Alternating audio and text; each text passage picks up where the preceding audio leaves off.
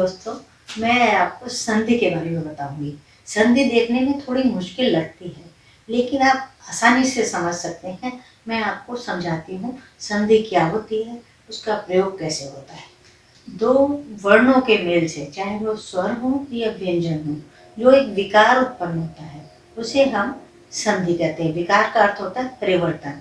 तो दो वर्णों के मिलने से जो परिवर्तन होता है, नए शब्द का निर्माण होता है, उसे हम संधि कहते हैं। संधि को सामान्य भाषा में मेल कहते हैं, समझौता। तो दो अक्षरों के मेल से बनने वाले, परिवर्तन होने वाले नए शब्द को हम संधि कहते हैं। और संधि विच्छेद क्या होती है? किसी पद को मूल रूप से अलग कर देना, वो संधि विच्छेद हो जाता है। जैसे हिम जमा आलय, हिमालय, ये तो संधि हो गई। हमने बोला अत्यधिक का संधि विच्छेद कीजिए, हिमालय का संधि विच्छेद कीजिए। तो हिमालय का संधि विच्छेद क्या होगा? हिम जमा आलय। अत्यधिक का अति जमा अधिक। तो ये संधि विच्छेद हो गया। वो संधि में जोड़ना होता है, संधि विच्छेद में अलग करना होता है। तो सबसे पहले आप संधि के बारे में विस्तार से परिभाषा के साथ समझ लीजिए। शुरू करते हैं हम संधि के बारे में। अब पहले परिभाषा जान लेते हैं। हिंदी भाषा में जब दो शब्द या शब्दांश बहुत समीप आ जाते हैं तो वे मिलकर एक स्वतंत्र शब्द का निर्माण करते हैं। जैसे शिव जमा आलय, ये दो शब्द हैं। इन दो शब्द को मिलाकर एक स्वतंत्र शब्द बन गया शिवालय। इसमें शिव का अंतिम अंश व और आलय का अ मिलाकर आलय का दीर्घ आ का रूप ले लेते हैं। इस प्रकार हम कह सकते हैं कि दो निकटवर्ती वर्णों के मेल से होने वाले परिवर्तन को संधि कहते हैं और इसे अलग अलग करने की प्रक्रिया को संधि विच्छेद कहते हैं। अब हम संधि के प्रकार के बारे में जानेंगे। टाइप्स ऑफ संधि, टाइप्स ऑफ ज्वाइनिंग। संधि के प्रकार क्या होते हैं? ये नियमों के अनुसार और अक्षरों के अनुसार इनके विभाजन किए गए हैं। सबसे पहला होता है स्वर संधि, दूसरा होता है व्यंजन संधि और तीसरा होता है विसर्ग संधि। तो संधि तीन प्रकार की होती है। अब हम तीनों के अलग अलग प्रकार के किस तरह, कहाँ नियम के अनुसार शब्दों में बदलाव लाया जाता है, इस बारे में विस्तार से जानेंगे। संधि के प्रकार के बारे में जानेंगे। Types of joining. वर्णों की संधि में स्वर से, व्यंजन से या विसर्ग से किसी से भी योग हो सकता है। तो इन वर्णों का योग होने पर आने वाले परिवर्तन के कुछ नियम होते हैं। तो इन नियमों को जानने से पहले आपको ये ध्यान से याद रखना जरूरी है कि स्वर कौन से होते हैं और व्यंजन कौन से होते हैं। एक नज़र डाल लेते हैं स्वर और व्यंजनों पर। दोस्तों, अब हम स्वर संधि के बारे में जानेंगे। जब स्वर का स्वर से मेल होता है, जब दो स्वर आपस में मिलते हैं, जब उनसे एक नए शब्द का निर्माण होता है, जो परिवर्तन होता है, उसे हम स्वर संधि कहते हैं। स्वर का स्वर से मिलाप होना स्वर संधि कहलाता है। इसके अलग अलग प्रकार होते हैं। 5 प्रकार की होती है स्वर संधि। दीर्घ संधि, वृद्धि संधि, गुण संधि, यण संधि और अयादि संधि। 5 प्रकार की संधि होती है। अब हम इन संधि के बारे में विस्तार से जानेंगे कि किस संधि के क्या नियम है और उनमें क्या परिवर्तन होता है, किस तरह परिवर्तन होता है। सबसे पहला होता है दीर्घ संधि। यदि दो समान स्वर एक दूसरे के बाद आए तो दोनों मिलाकर दीर्घ रूप हो जाते हैं। जैसे यदि छोटा आ और बड़ा आ और आ, या आ और अ एक साथ आते हैं तो ये बड़े आ में आ की मात्रा में परिवर्तित हो जाते हैं। जैसे मत अनुसार, मत जमा अनुसार, मतानुसार। कार्य जमा आलय, कार्यालय। यथा जमा अर्थ, यथार्थ। छोटी ई और बड़ी ई एक के बाद एक आए तो इसमें भी संधि के बाद बड़ी ई की मात्रा हो जाती है। जैसे कवि जमा इंद्र, कवींद्र। गिर जमा ईश, गिरीश। रजनी जमा ईश रजनीश। यदि उ या ऊ, छोटा ऊ या बड़ा ऊ के बाद बड़ा ऊ या छोटा ऊ आपस में पास पास आए तो बड़े ऊ की मात्रा में परिवर्तित हो जाता है। जैसे भानु जमा उदय भानुदय। बधू जमा उत्सव बधूत्सव। भू जमा ऊर्जा भूर्जा। अब हम दीर्घ संधि के विस्तार से उदाहरण देखेंगे। किन अक्षरों को मिलकर क्या बनता है और वो शब्द कैसे बनता है। छोटा आ जमा छोटा आ मिलकर बनते हैं बड़ा आ। देखिए, अत्र जमा अभाव अत्राभाव। कोण जमा अर्क कोणार्क। अब छोटा आ जमा बड़ा आ देखते हैं तो इसको मिलकर बनता है बड़ा आ। शिव जमा आलय शिवालय। भोजन जमा आलय भोजनालय। अब बड़ा आ जमा छोटा आ देखते हैं, इसको मिलकर भी बड़ा आ बनता है। विद्या जमा अर्थी विद्यार्थी। लज्जा जमा अभाव लज्जा भाव। अब बड़ा आ जमा बड़ा आ देखते हैं, ये दोनों मिलकर भी बड़ा आ बनते हैं। विद्या जमा आलय विद्यालय। महा जमा आशय महाशय। अब छोटी ई का उदाहरण देखते हैं। छोटी ई जमा छोटी ई होता है बड़ी ई। गिरि जमा इंद्र गिरींद्र। छोटी ई जमा बड़ी ई, ये भी मिलकर बनते हैं बड़ी ई। गिरि जमा ईश गिरीश।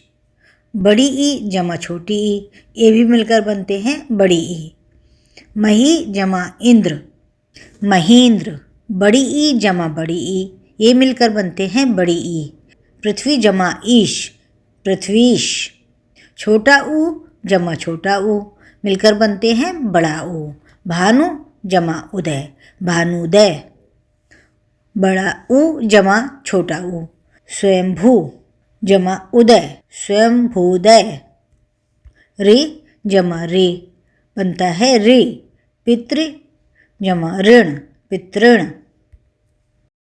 अब अगली आती है गुण संधि। गुण संधि में यदि अ या आ के पश्चात ए या ई ओ या ऊ या री आए तो दोनों मिलकर क्रमशः ए ओ और अर में परिवर्तित हो जाते हैं। अ या आ के पश्चात ए या ई आए तो आपस में ये मिलकर इनकी संधि बनती है ए। अब हम गुण संधि के उदाहरण विस्तार से देखेंगे। छोटा अ जमा छोटी ई मिलकर बनते हैं ए। देव जमा इंद्र देवेंद्र। छोटा अ जमा बड़ी ई मिलकर बनते हैं ए। देव जमा ईश देवेश। बड़ा आ जमा ई मिलकर बनते हैं ए। महा जमा इंद्र महेंद्र। अ जमा छोटा ऊ मिलकर बनते हैं ओ। चंद्र जमा उदय चंद्रोदय। अ जमा ऊ मिलकर बनते हैं ओ। समुद्र जमा उर्मी समुद्रोर्मी। बड़ा आ जमा छोटा ऊ मिलकर बनते हैं ओ। महा जमा उत्सव महोत्सव। आ जमा ऊ मिलकर बनते हैं ओ। गंगा जमा ऊर्मी गंगोर्मी। आ जमा रे मिलकर बनते हैं अर। देव जमा ऋषि देवर्षि। आ जमा रे मिलकर बनते हैं अर। महा जमा ऋषि महर्षि। अगली होती है वृद्धि संधि। यदि अ या आ के पश्चात ए या ए ओ या औ आए तो दोनों के योग से क्रमशः ए या औ बन जाता है। अब हम वृद्धि संधि की उदाहरण देखेंगे, विस्तार से जानेंगे कि किस तरह अक्षर परिवर्तित होते हैं। छोटा अ जमा ए मिलकर बनते हैं बड़ा ए। एक जमा एक एक एक, अ जमा ए मिलकर बनते हैं ए। नव जमा ऐश्वर्य, नवैश्वर्य। आ जमा ए मिलकर बनते हैं ए। सदा जमा एव, सदैव। अ जमा ओ मिलकर बनते हैं औ। परम जमा ओजस्वी, परमोजस्वी। अ जमा औ मिलकर बनते हैं औ। वन जमा औषधि, वनौषधि। आ जमा ओ औ। महा जमा ओजस्वी, महोजस्वी। आ जमा औ मिलकर बनते हैं औ। महा जमा औषध, महौषध। इन नियमों को ध्यान से देखते जाइए, ध्यान से समझिए, तभी आप आसानी से संधि को याद रख पाएंगे और सही संधि या संधि विच्छेद कर पाएंगे। अगला होता है इयण संधि। यदि हर्ष स्वर छोटी ई, छोटा ओ या रे, या दीर्घ स्वर बड़ी ई और बड़ा ऊ, उसके बाद कोई भिन्न स्वर आता है जैसे ई या ऊ का, तो उनके शब्द बदल जाते हैं। आइए मैं आपको इयण संधि के उदाहरण विस्तार से बताती हूँ। उन संधि को देखेंगे जिसमें कि अक्षरों के मिलने से नया अक्षर निर्मित होता है, मात्रा के स्थान पर अक्षर बन जाता है। ए जमा अ, या बन जाता है। यदि जमा अपि, यद्यपि। ए जमा आ मिलकर बन जाता है या। अति जमा आवश्यक, अत्यावश्यक। ए जमा ओ मिलकर बन जाता है यू। अति जमा उत्तम, अति उत्तम। ए जमा ऊ मिलकर बन जाता है यू। अति जमा उष्म, अत्युष्म। अभी आपने यह शब्द बनने वाले उदाहरण देखे, अब हम व अक्षर बनने वाले उदाहरण देखेंगे। ओ जमा अ मिलकर बनता है व। अनु जमा आय, अन्वय। ओ जमा आ मिलकर बनते हैं वा। मधु जमा आलय, मधुवालय। ओ जमा ओ मिलकर बनते हैं वो। गुरु जमा ओदन, गुरुओदन। ओ जमा औ मिलकर बनते हैं वो। गुरु जमा औदार्य, गुरुवोदार्य।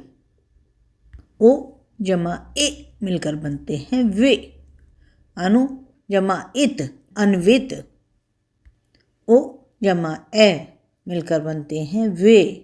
अनु जमा ऐषण, अन्वेषण। रे जमा आ मिलकर बनते हैं रा। पितृ जमा आदेश, पित्रादेश। अगली होती है अयादि संधि। यदि पहले शब्द के अंत में छोटा ए या बड़ा ए या ओ या औ आता है और दूसरे शब्द के आरंभ में भिन्न स्वर आए तो ए का आय हो जाता है, ए का आय हो जाता है और ओ का अब हो जाता है और औ का आब हो जाता है।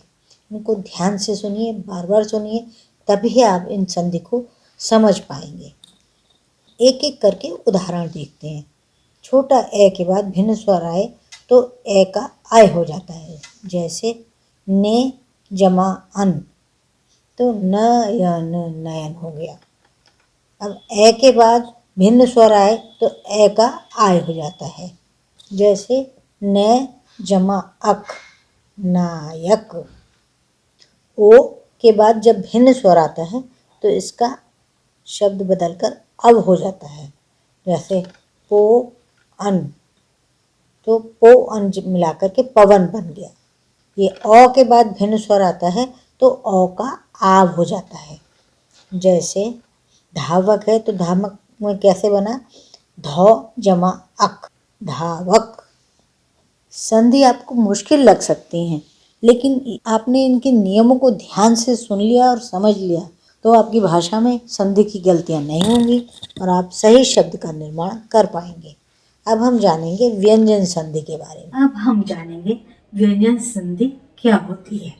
व्यंजन संधि क्या होती है? जब व्यंजन का स्वर के साथ मेल हो या व्यंजन का व्यंजन के साथ मेल हो तब व्यंजन संधि कहलाती है। तो व्यंजन संधि 3 प्रकार से बनती है। व्यंजन जमा स्वर, स्वर जमा व्यंजन, मतलब स्वर पहले आए व्यंजन बाद में आए, या व्यंजन पहले आए स्वर बाद में आए, दोनों तरह से हो सकता है। और तीसरा व्यंजन के साथ व्यंजन का आना। तो 3 तरह से व्यंजन संधि बनती है।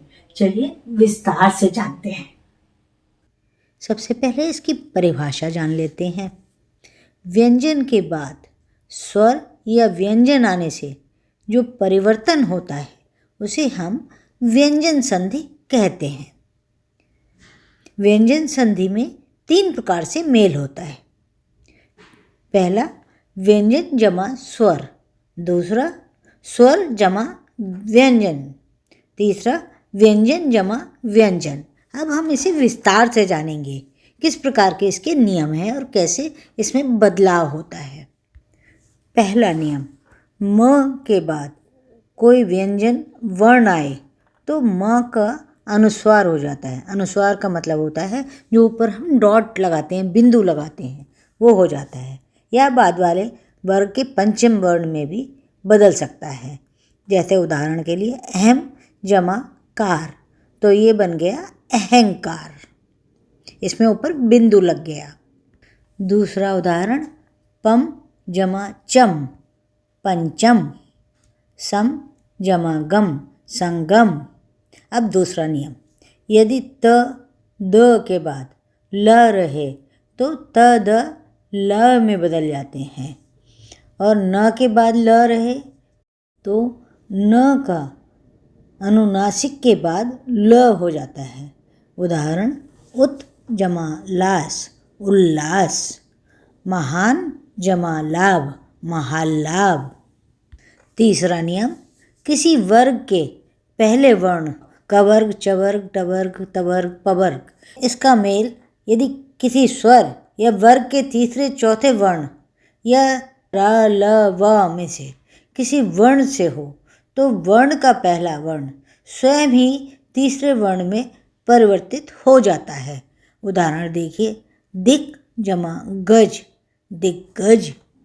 यह क वर्ग के तीसरे वर्ण से संधि हो गई, दिग्गज।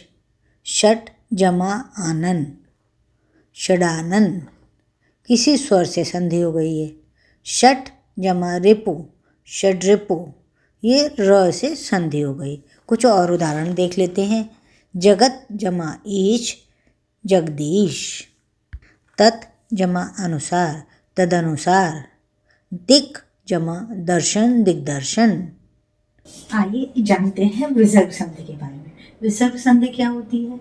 जब विसर्ग के पश्चात कोई स्वर या व्यंजन आता है और उससे जो मिलकर के एक नए शब्द का निर्माण होता है उसे हम विसर्ग संधि कहते हैं।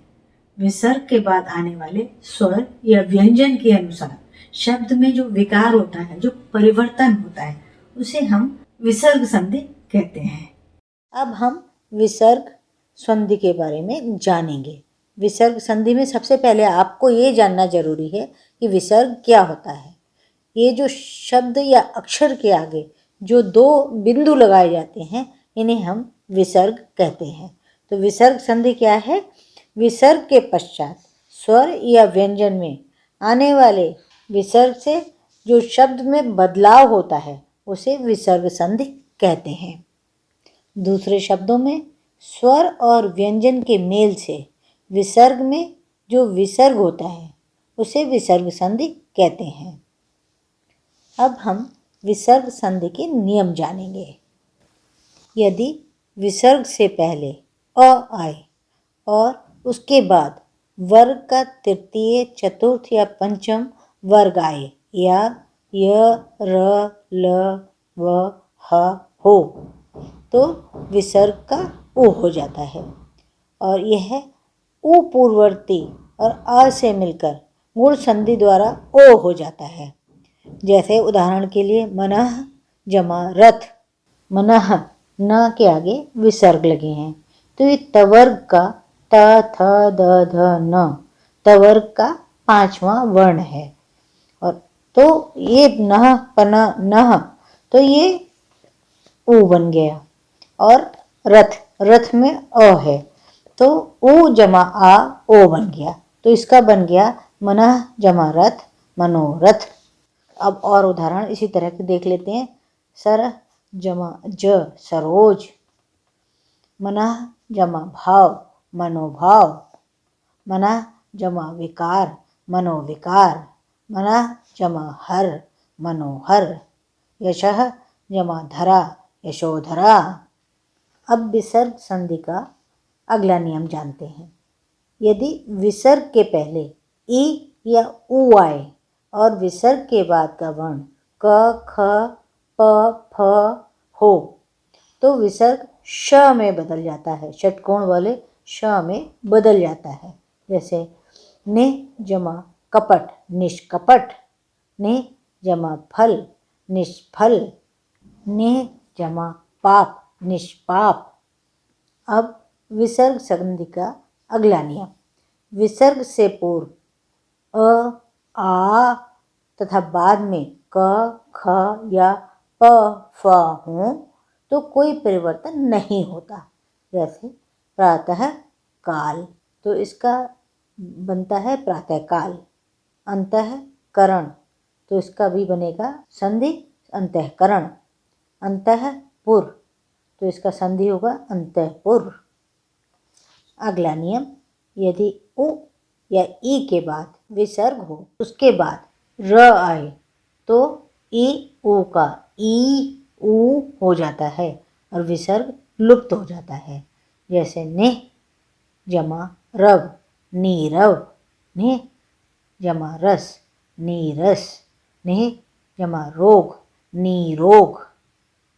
अगला नियम, यदि विसर्ग के पहले अ और आ को छोड़कर कोई दूसरा स्वर आए और विसर्ग के बाद कोई स्वर हो या किसी वर्ग का तृतीय चतुर्थ या पंचम वर्ण हो या य र ल व ह हो, तो विसर्ग के स्थान पर र हो जाता है। उदाहरण देखिए। ने जमा उपाय निरुपाय, ने जमा झर निर्झर, ने जमा जल निर्जल, ने जमा धन निर्धन, दो जमा गंध दुर्गंध, ने जमा मल निर्मल। विसर्ग संधि का अगला नियम देखिए। यदि विसर्ग के बाद च छ श हो तो विसर्ग का श हो जाता है। ट ठ श हो तो श हो जाता है, षटकोण वाला श हो जाता है। त थ स हो तो सा हो जाता है। उदाहरण देखिए। ने जमा चय निश्चय, ने जमा छल निश्छल, ने जमा तार निस्तार, ने जमा सार निस्सार, ने जमा शेष निश्शेष। अगला नियम देख लेते हैं। यदि विसर्ग के आगे पीछे अ हो और पहला आ और विसर्ग मिलकर ओ हो जाता है और विसर्ग के बाद वाले अ का लोप होता है, उसके स्थान पर लुप्ताकार चिन्ह लगा रहता है। देखिए कैसे। जैसे प्रथम जमा अध्याय प्रथमोध्याय, ये बीच में जो चिन्ह है एस जैसे इंग्लिश के एस जैसे आकार का, वो लुप्ताकार चिन्ह है। यश जमा अभिलाषी यशोभिलाषी। अभी कुछ नियम और है विसर्ग संधि के। अब हम विसर्ग संधि का अंतिम नियम जान लेते हैं। विसर्ग के बाद श स सा होने पर या तो विसर्ग यथावत रहता है या अपने से आगे वाला वर्ण हो जाता है। यथावत का मतलब होता है पहले जैसा।